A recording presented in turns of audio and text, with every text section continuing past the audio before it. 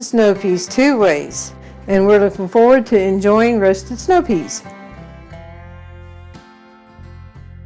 Howdy folks, I am Martha, and Dorothy and I welcome you to Hirschberger's Miracle Homestead. We are having something for supper tonight that we picked earlier, and we will show the picking of it and then also the preparing of it, and that is the snow peas. This is actually the last of our snow peas, and we thought about it. We never filmed making anything with it. We do have a clip of when Dorothy sauteed some, so we'll include that here. But this is going to be roasted snow peas, so we thought we'd bring you along with it. So this is the last of the snow peas and the first of the green beans. It was just a few, enough for a meal, so we thought we'd go ahead and cook these tonight as well. All right, I'm going to set the green beans aside, and we're going to focus on the snow peas. We're going to simply add the Himalayan pink salt to this. There's a number of seasonings you can add to it. If it'd be Dorothy's call, we would be adding garlic powder to it, but not all of us like garlic powder. So we're going to just do the salt, and then she will add it to her serving. Back when the peas are really coming in, we do a tray with the salt and then the tray with the salt and the garlic powder. But since this is it, this is it. Okay, this is the snow peas. And here is some olive oil.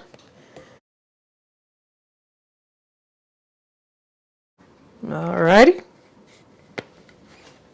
Now we will toss this together till the peas are all coated.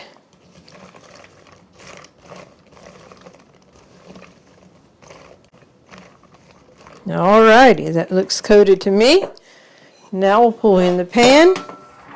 And this is a reusable cookie sheet liner that we use. I will just dump these on, and then we will line them up how we want to. Spread them out that they're single layer, whether that's lining it up or just spreading it out. It might depend how many you have, because you can get more on here if you line them up. At least I would think you could. By the way, the cookie sheet liner here, we were introduced to him by buying a box lot at an estate auction. In there were cookie sheet liners, and we loved it. We went to Amazon, bought some more, so we can leave a link for them in the description.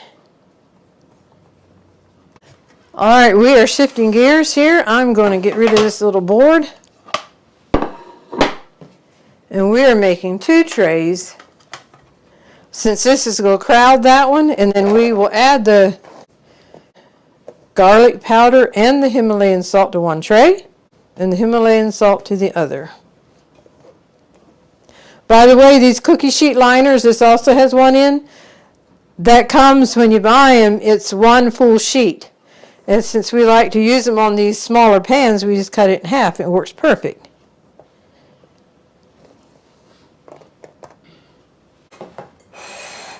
Okay, we'll put this Himalayan pink salt on first. Dorothy said it is better with the garlic powder baked into it, or roasted into it. But okay, that's that. And then garlic powder. All right. The oven is preheated at 400. It bakes a total of 14 minutes, and about 10 minutes in, we will turn them. So in the oven they go. You may wonder what's cooking under here. I can bring you back here and show you. All righty, are you ready? We did not show the making of this because we have a video on it, but under the onion is a piece of pork chop. This has been cooking for a total of an hour. But we do have a video on making the sweet and sour pork chop, and we will leave a link for it. And you can make your own, but it is smelling so good. So let me cover it up again so it can keep on cooking. We're also having mashed potatoes tonight for supper, which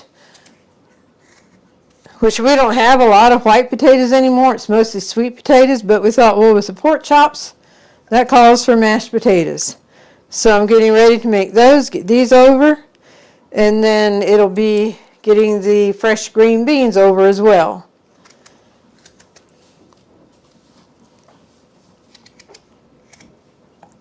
I wasn't going to show the making of mashed potatoes, but if you need to know how to make them, have any questions, ask in the comments. Or if you want me to do a video on it, well, let me know and I will include that in a meal. Which I have it in a meal somewhere, but I forget which one it is.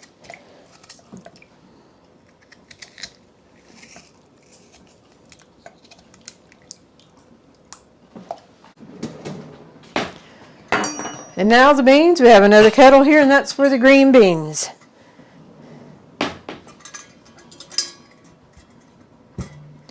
And you can break them, which works fine. Here's a snap.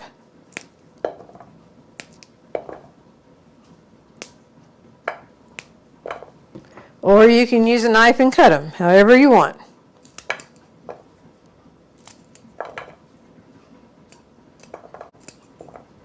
I like to hear the snap.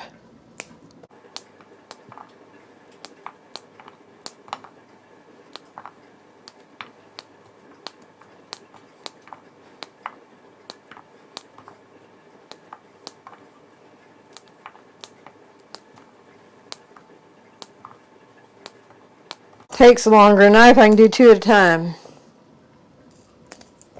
Oh, I like the smell of fresh green beans. We're featuring snow peas today. That's why I'm not bringing you in close for the green beans. We're just starting with them so we can have a day that we feature green beans.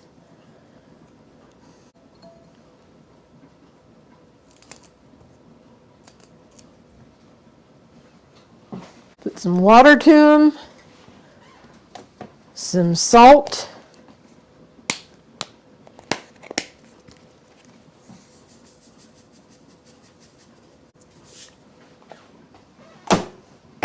because remember, these have come straight from the garden. They're not canned green beans, so nothing has been added to them. And then either butter or margarine, whichever one you prefer. So I will get this going. Be interesting to know what you're having for supper. If it's something fresh from the garden, or something fresh from the grocery store, or something fresh from your pantry. That is a 10 minutes on the peas. I'm going to set it for another 4. And get them out and turn them. Bring you in close to turn these. As you can see, some of them are starting to roast a little bit on the bottom. Come on, turn over. These here are the ones with just the salt.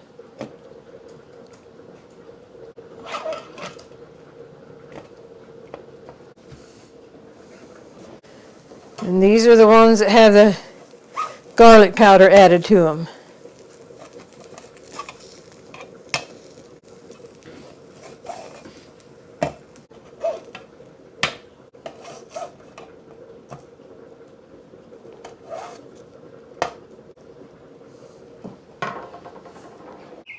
Another way of fixing snow peas that's very good is to saute them on top of the stove. It's a little bit faster than roasting them, and they are very delicious, though roasting is our preference. But I had done a short last year of doing sauteed snow peas, and so we'll run that clip now. And I do start out with a hot skillet. It's usually on medium-high.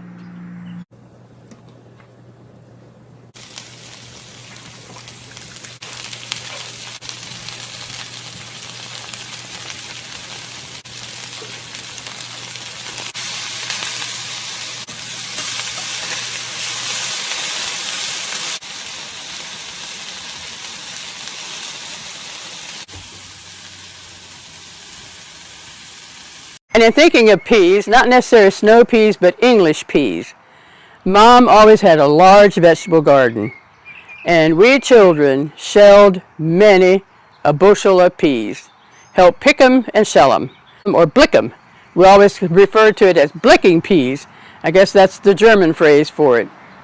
And one thing I appreciated about my parents, they made work enjoyable and fun. or maybe permitting us to have fun might be a better word, because I'm sure that Mom did not come up with the idea to throw empty pea pods in an old chandelier, seeing who could get the most baskets. That's something that our brothers came up with the idea to do one year to make the work less monotonous. But she was fine with that as long as we cleaned up the mess. Good memories. Now back to Martha in the kitchen.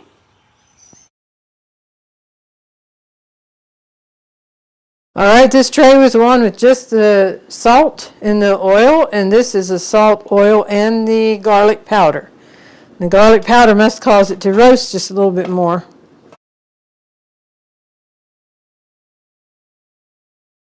So here we have the roasted snow peas two ways.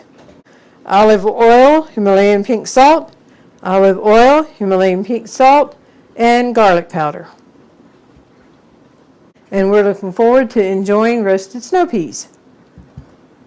So I need to hop to the rest of it and finish it up, so I'm just going to work and get it done. Our supper was so scrumptious, topped off with yumminess from the garden. We're sad to see the snow peas come to an end, but look forward to more green beans. We have thoroughly enjoyed our snow peas this year, and now I'll take you out to the garden where you can see Martha picking the snow peas. The snow peas are no longer there. She removed them and now has transplanted sweet potatoes in those containers. I am standing here in front of our magnolia blossom peas, and they're ready to be the first major harvest. We've been picking here and there, and so I thought I'd bring you along. They are loaded, they are beautiful.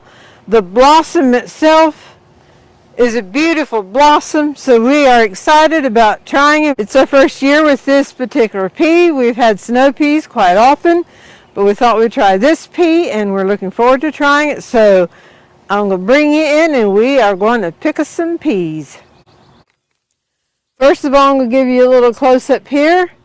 Here is up close of the blossom itself. It's beautiful, beautiful. As you can see, the plants itself are just about to the top.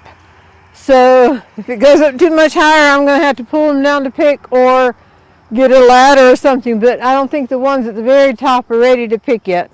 But here we have quite a few ready to pick, and then we have the other side. I usually place one hand here and pull to protect the vine from being pulled away. And it's the fun part of planting in the spring, knowing that harvest is coming. Look at that, a gorgeous pea.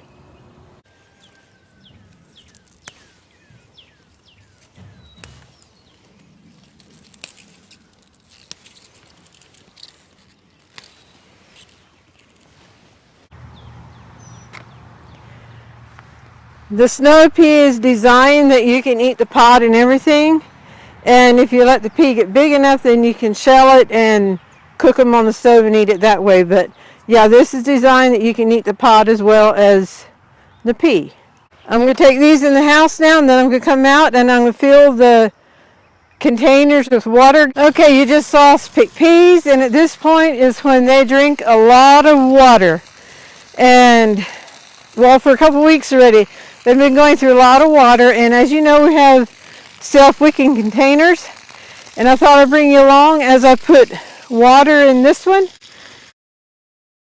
water down the PVC pipe. And I often do go ahead and add water on the top, and that can add an extra day to your skipping on watering. But if you have a busy schedule, why, this is wonderful to have that reservoir there, and you don't have to come out here every day. I'll probably come out this evening and water everything. Tomorrow's Sunday, and I don't like to come out Sundays and work in the garden, so top these off tonight then. But I just wanted y'all to see how long the water's going in before it comes out.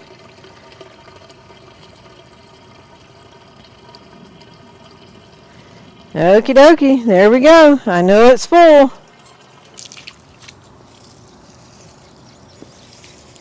I mentioned when the water comes out that means it's full. Well, if you watch the assembly of this, you will see how we do have an oxygen level there as well. So the plants have oxygen. It's water, oxygen, then the dirt in the plants. So in the assembly of these self-wicking containers, we explain all that. So we'll leave a link for them. All right, it's time to cut the water off and head into the house. And now for the golden thought. I thought I would read a verse today. And it's a power-packed verse. John 14:27. Peace I leave with you, my peace I give unto you. Not as the world gives do I give to you. Do not let your heart be troubled, nor fearful. And that's wonderful how we can have the peace of God within our heart, even when the turmoil is going on around us. We can have peace in our heart. And that is worth more than all the gold in the world, is knowing that our heart is at peace with God and He gives us that peace. We hope you've enjoyed today's video. We hope you've been blessed, encouraged, and inspired. And until next time, God bless.